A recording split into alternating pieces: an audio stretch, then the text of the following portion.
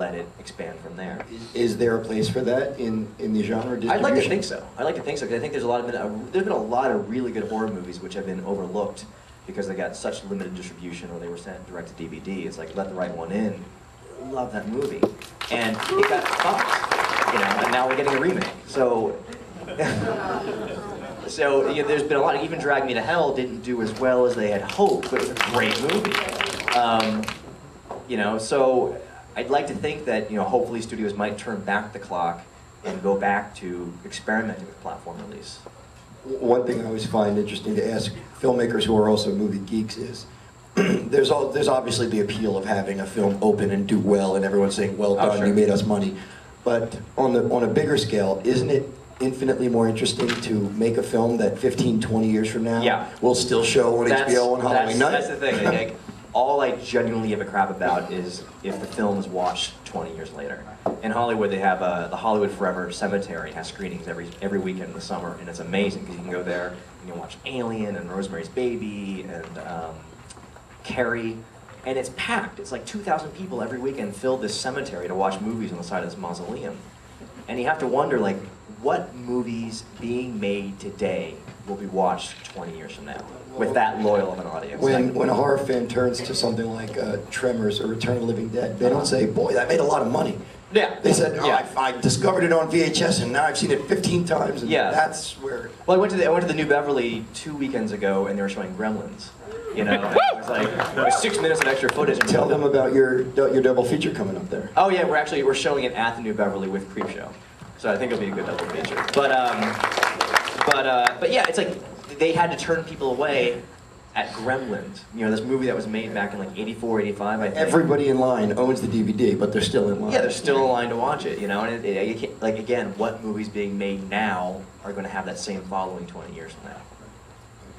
Another question, gentleman right here.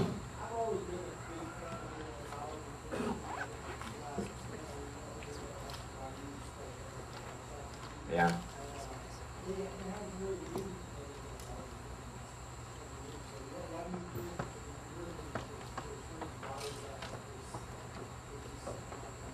He's asking, why is the anthology horror film a dead format? I don't know. I mean, maybe it's because there isn't a singular marketable character, but I think you can. I mean, the Crypt Keeper became a pretty big character. I don't know.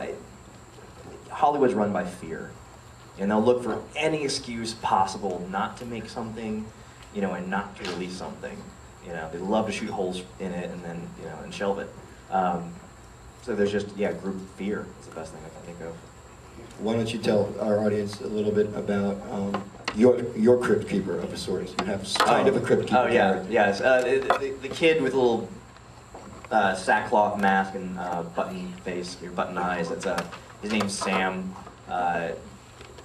He's actually started as a character in a short film that I did. It was an animated short film called Season's Greeting. I did it back in '96. I'm showing my age.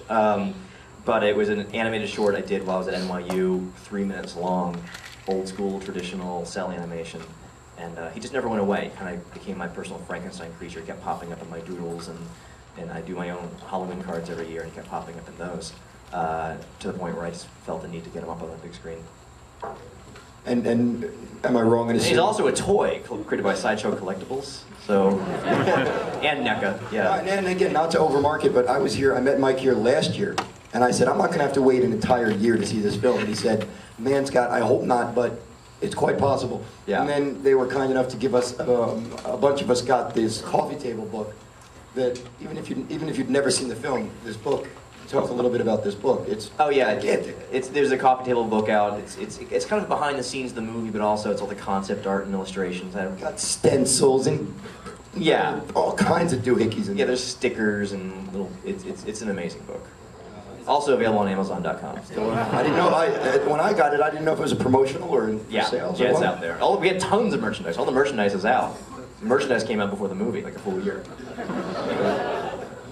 Pete.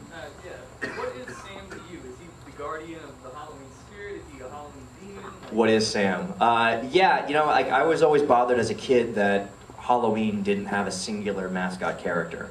Like Christmas had Santa Claus, Easter had the Easter Bunny, there was leprechauns and cherubs for Valentine's Day.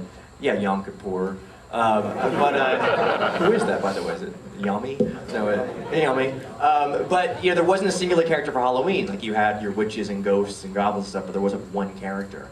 And I love Michael Myers, but the thing about Halloween was, for that film, was that it took place on the holiday, but it wasn't about the holiday. And to me, a really good Halloween mascot character needed to be both creepy and funny, cute and scary, because that's what the holiday for me really is about. Is that dichotomy of these two different aspects of it. So I wanted to create this this creature which you kind of wanted to hug, but it might slash your throat. And so that's what Sam is to me. But yeah, he's more of a supernatural entity. It's like if I could do sequels and prequels, you would see him back in the 1800s. You would see him in the 1950s. He's everywhere.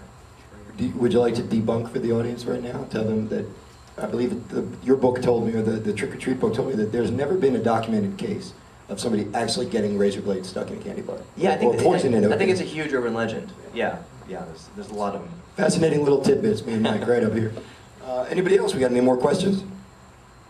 There you go. I really love the old school way the creatures attack the wicked. And first, I was wondering if it was conscious. And two, the chick at the beginning, the robot outfit. Yeah. She seemed to be a deception. Was her sin just not liking Halloween enough? Yeah, I mean, yeah, she was. Two questions. One was, or the first one was about people getting their comeuppance, and Leslie Bibb, the blonde chick at the beginning, getting hers for just not liking the holiday. But yeah, I think there's a lot of the creepy and eerie comics, horror comics, always had a certain morality to them, and I definitely wanted to pay homage to that.